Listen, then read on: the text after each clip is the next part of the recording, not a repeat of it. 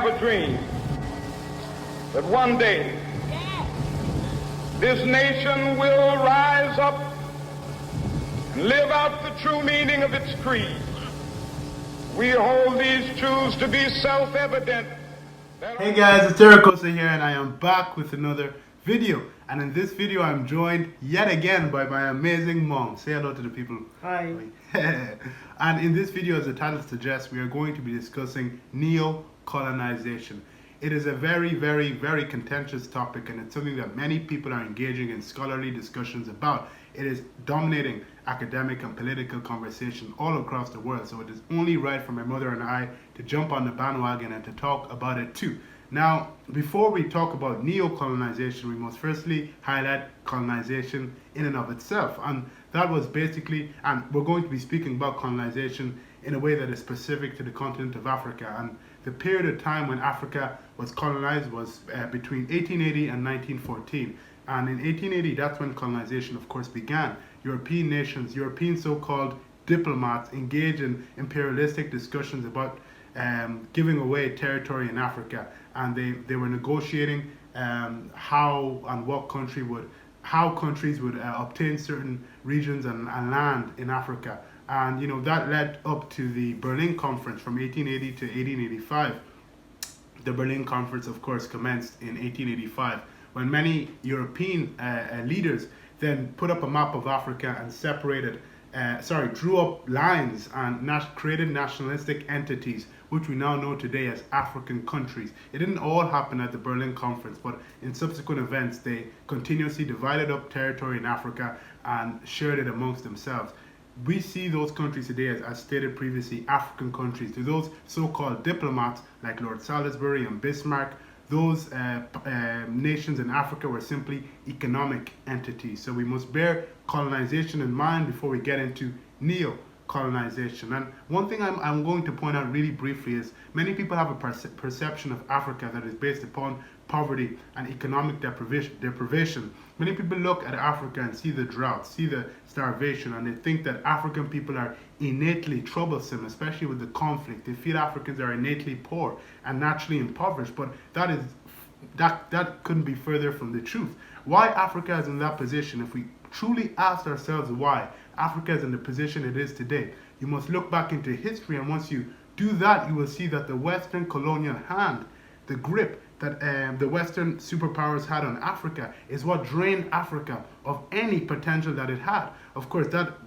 led into the 60s, the decade of revolution, when many African nations obtained independence. But that is a topic for another day.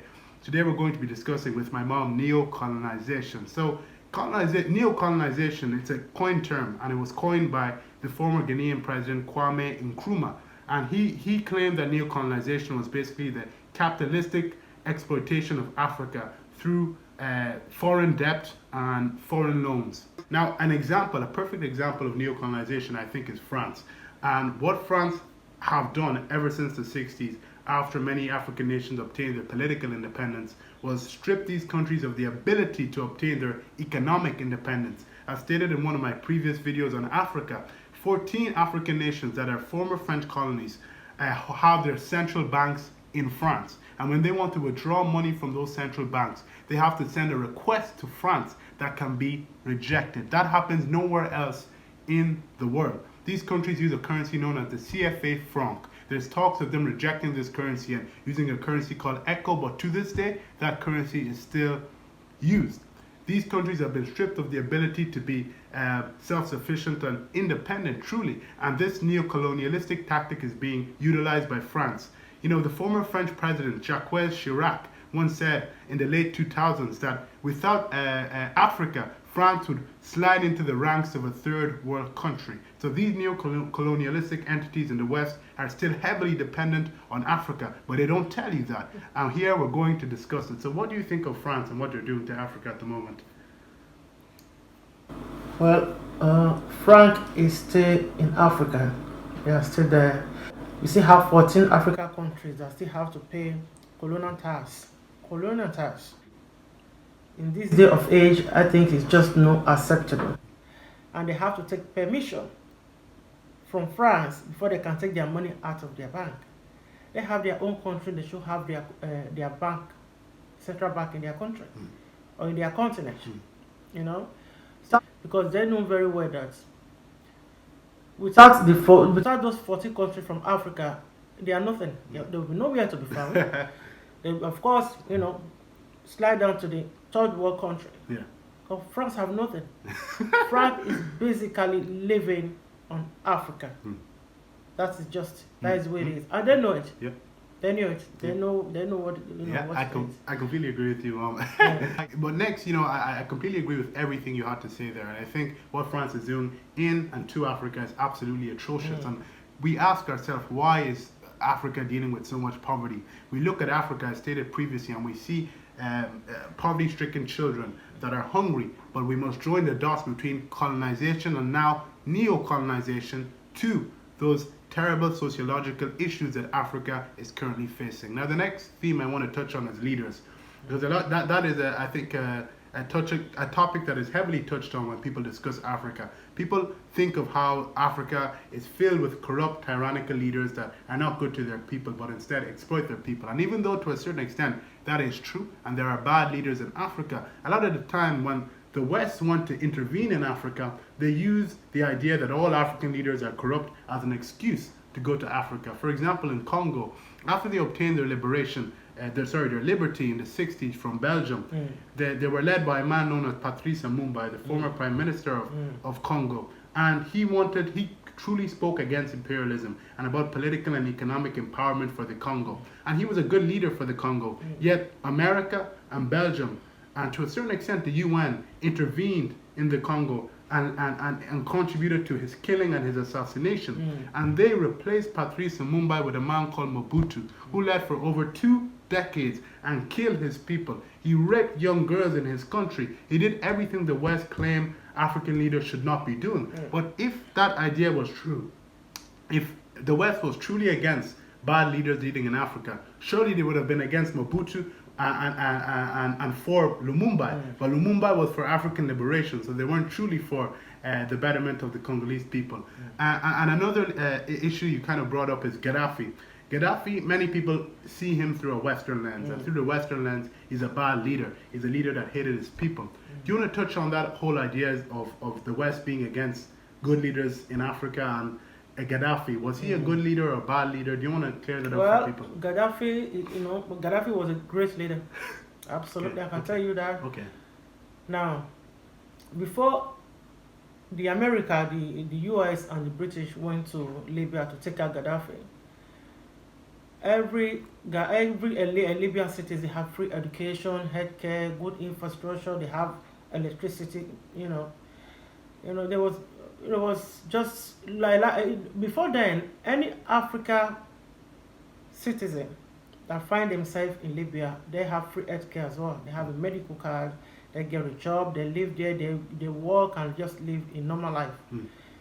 Since Gaddafi died, we have seen thousands of Africans dying in the sea, trying to cross over to Europe because of the war in Libya that's caused by the European, America, British, France, and NATO. The whole of them. So now you mention UN. The question you ask yourself, who are the UN? Who are the people there? Who's in charge of the UN? The same people that is exploiting Africa. They said that UN are for themselves. It's about power and control. That's what UN stands for. The UN, these same people go about, preaching democracy. They go out there preaching democracy, and at the end of the day, charity begins at home. If the UN go around preaching democracy, they should practice it. They should practice democracy right to the UN and the United Nations. How can you say a whole continent that have 54 countries don't have a permanent seat in the UN? You guys have to, decide the fate of a continent. I don't understand what they are afraid of for denying Africa a permanent seat. That is what Robert Mugabe was saying before, he passed on. Africa should have a permanent seat in the UN. So now talking about Patrice Lumumba, Africa leaders, and you speak about corruption as well. Yeah. Well, I mean, during the era of Patrice Lumumba, those leaders was really out to build the nation.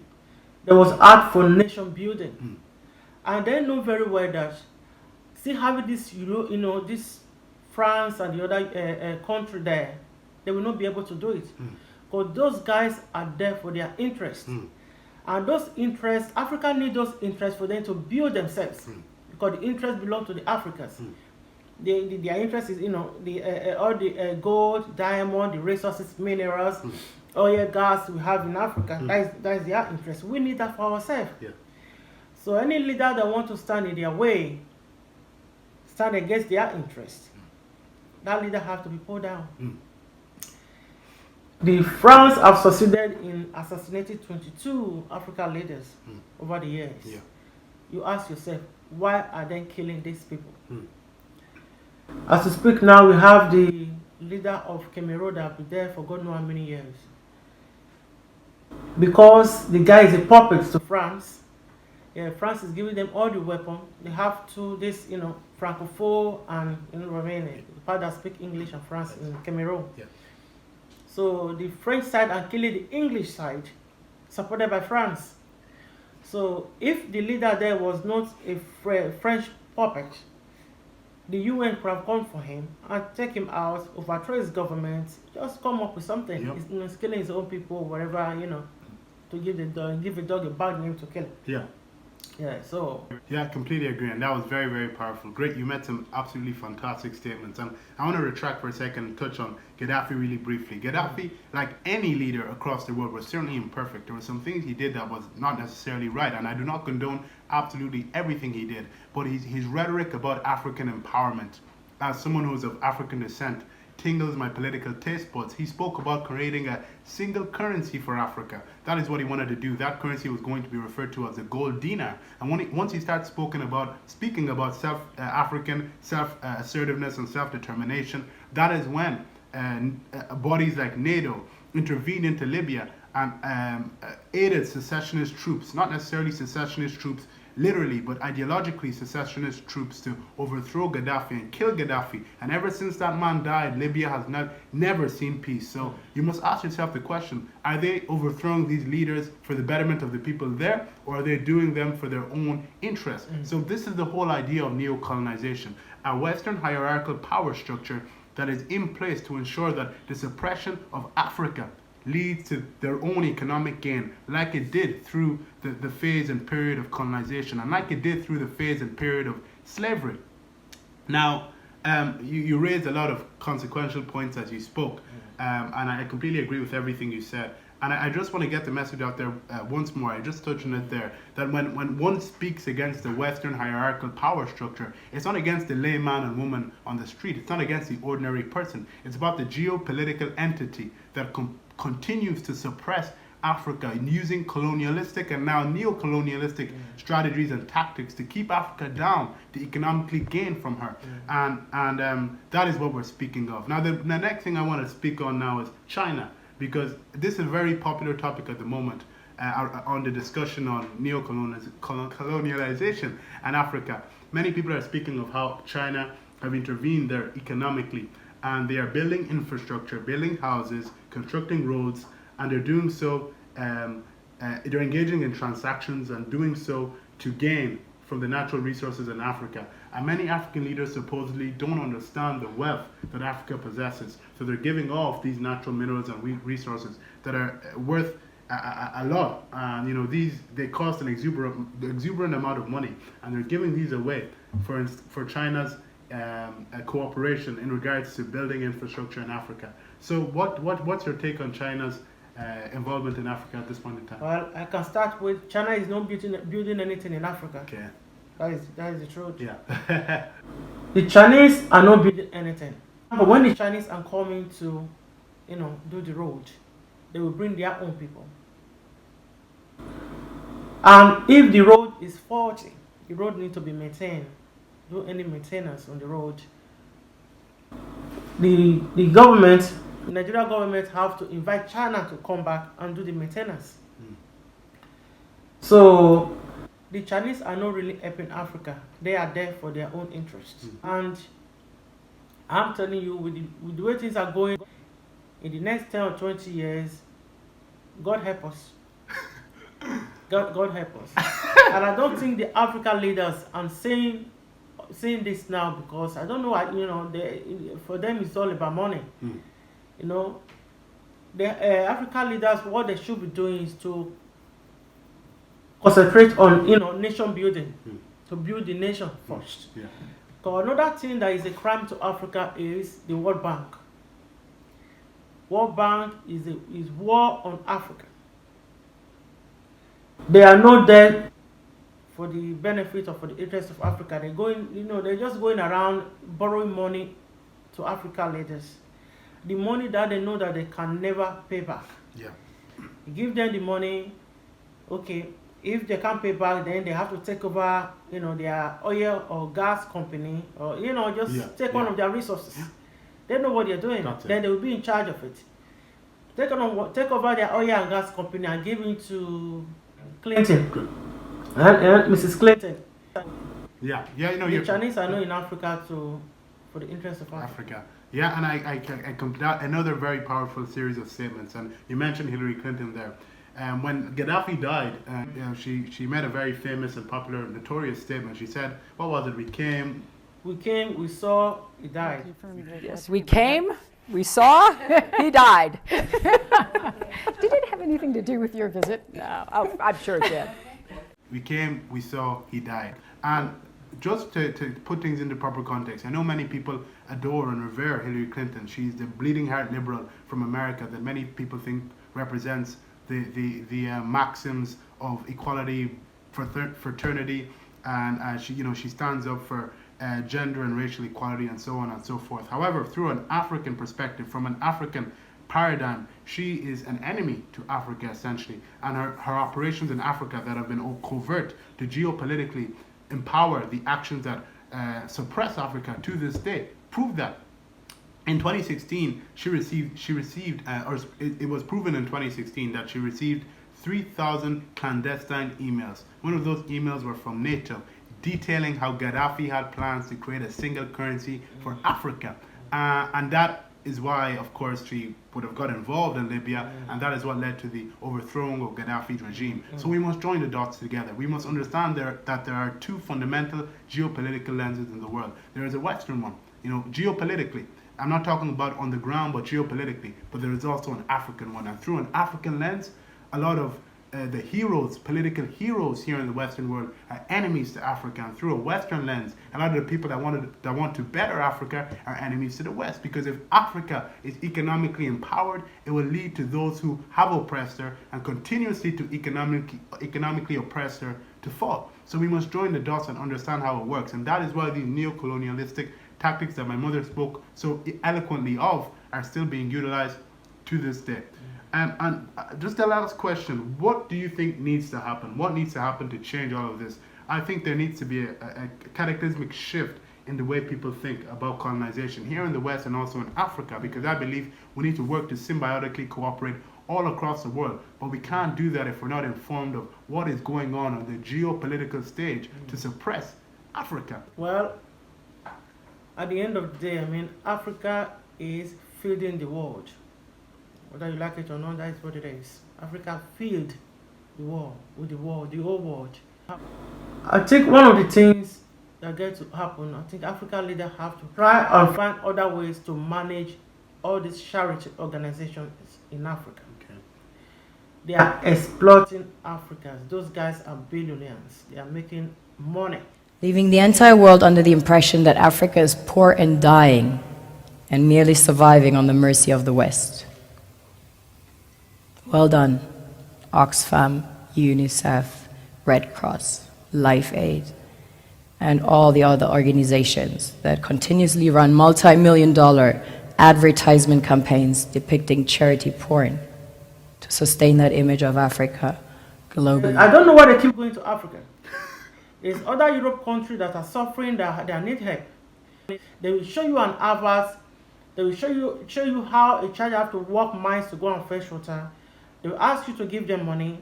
Now, after giving them money, they're supposed to come back to you and show you a video of what they have done to change the life of the little girl. They won't do that. Now, what's going to happen is that the European government, they have to respect human rights. They have to respect Africa's decision to grow. That is what we need. We just need time, we just need space to breathe. The question is, we then allow Africa to breathe. Because if Africa breathe, then we die. So we then allow Africa to breathe. That is the question. That is just the that is scary part of it, because if you look at history, any Africa that want to stand up today against the interest of the Western power, they will take him down.